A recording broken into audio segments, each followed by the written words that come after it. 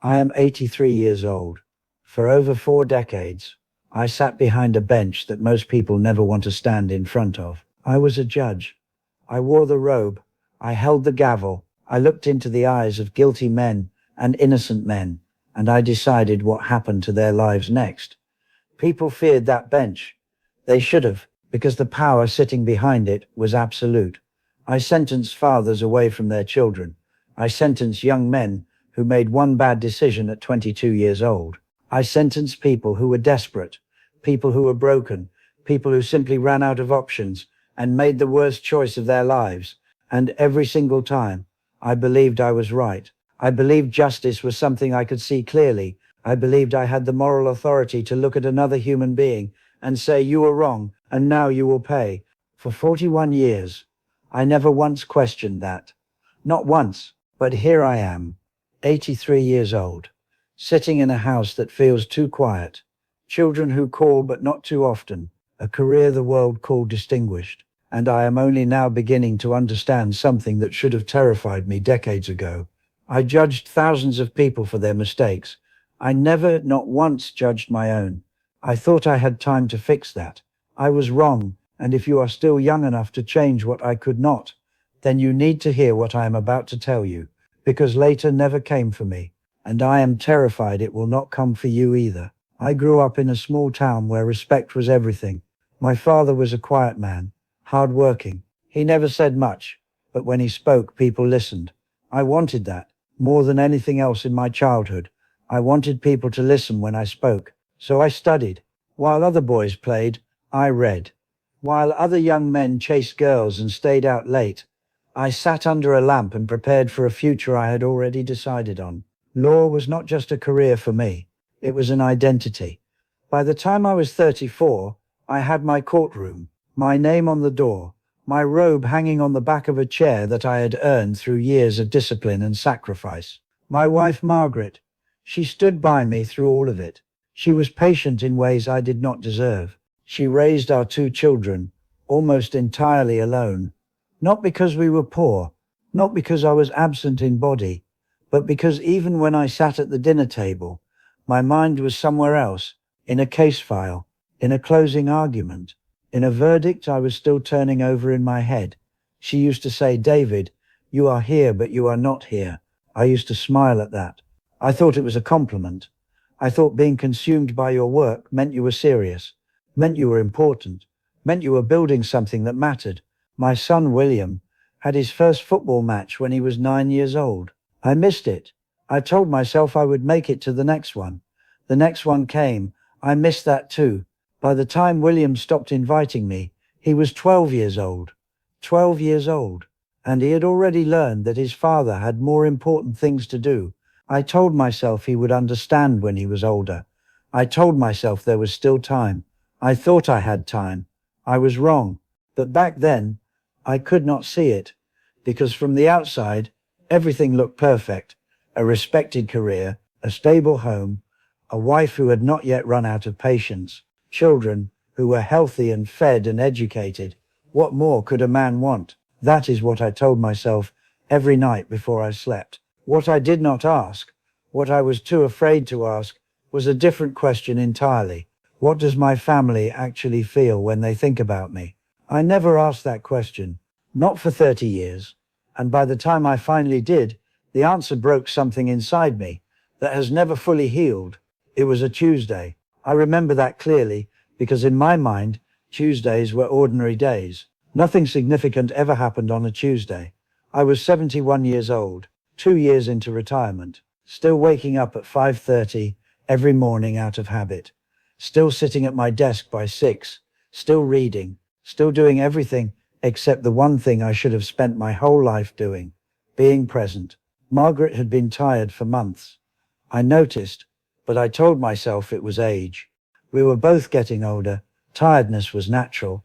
It was expected. What I did not know, what she had been quietly carrying alone for 6 months without telling me, was that the tiredness had a name: cancer, stage 3. She had known for 6 months. 6 months. And she had not told me. When I finally sat across from her in that small hospital room and asked her, "Why didn't you tell me?" She looked at me with the calmest eyes I have ever seen on a human being, and she said something I will carry to my grave. She said, "David, I spent 40 years trying to tell you things. I just got tired of waiting for you to listen." I did not cry in that moment. I was too shocked to cry. I sat there, a man who had commanded courtrooms, who had silenced lawyers with a single look, who had delivered verdicts that changed people's lives forever. And I had absolutely nothing to say, because she was right. She had been talking to me for 40 years about loneliness, about the children, about the life she had imagined when she married me, about the small moments she had wanted to share and couldn't because I was always somewhere else in my mind. She had been telling me for 40 years, and I had been too important, too busy, too consumed with judging the mistakes of other people to hear a single word. Margaret passed 8 months later. William flew in from across the country, my daughter Claire, who I had also failed in ways I am still counting. She held my hand at the funeral, but in that moment, standing beside a grave I was not ready for, I felt something crack open inside my chest. Not grief, though grief was there. Something deeper, something that felt like finally seeing yourself clearly for the very first time, and not liking what you see. I had spent 41 years in a courtroom deciding who was guilty. I had never once truly sat down and asked myself the same question. "David, what are you guilty of?" The answer, when it finally came, was everything I had always been too proud to admit. "I want to tell you something that took me 83 years to understand, and I need you to hear it, not as a story about a judge, but as a warning about your own life. Because what happened to me is happening to you right now. Maybe not in the same way. Maybe you are not missing football matches. Maybe you are not married to someone who stopped telling you things. Maybe your version of this looks completely different from mine. But the root is the same. We are all, every one of us, living with a false belief. The belief that we are good people simply because we have never done anything obviously wrong. I never broke the law. I never raised my hand in anger. I never abandoned my family in the way the world would recognize as abandonment. So I told myself I was a good man. I was wrong. Because there is a kind of damage that leaves no visible marks. There is a kind of absence that happens while you are still physically present. There is a kind of silence that slowly becomes the loudest thing in a room. And I was an expert in all three. I told myself my work was for my family. That was a lie I chose to believe. My work was for me, for my identity, for the version of myself I needed the world to see. My family was the reason I told myself, because the truth was too uncomfortable to hold. The truth was, I was afraid that without the title, without the robe, without the courtroom, I would not know who I was. So I hid inside my career for 41 years, and I called it dedication. I called it sacrifice. I called it providing for my family. But Margaret did not need provision. William did not need school fees. Claire did not need a bigger house. They needed me, the real me, the present me, the me that existed before I decided that being important was more valuable than being close. And here is the lesson, the one I wish someone had sat me down and forced me to hear at 30 years old. Your career will not hold your hand when you are dying. Your title will not sit beside you in a hospital room. Your achievements will not look at you the way a child looks at a father who was truly there. I judged men for stealing, for lying, for violence, for greed.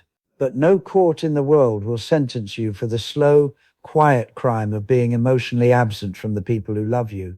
No one will arrest you for it. No one will warn you about it.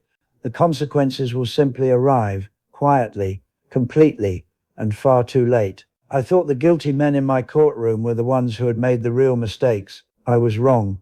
I was the one making the biggest mistake of all. Every single day, for 41 years. And I kept telling myself I had time to fix it later. Later never came. Do you understand what I am telling you? Later never came. And if you are still young enough, if there is still someone in your life who is waiting for the version of you that actually shows up, please do not make my mistake. Do not wait for a hospital room to finally make you listen. Do not wait until the house is quiet and the calls are rare, and the only company you have is the echo of everything you should have said and never did. The time is not later, the time is now. It has always been now. I want to speak to you directly now, not as a judge, not as an old man telling stories about his past, as someone who has lived long enough to see exactly where certain roads end. And I need you to hear this, really hear it, before you close this and go back to whatever was filling your time before. Because that thing filling your time right now, that is exactly what I am talking about. I know how you think. I thought the same way. You tell yourself you are building something. You tell yourself the people who love you will understand.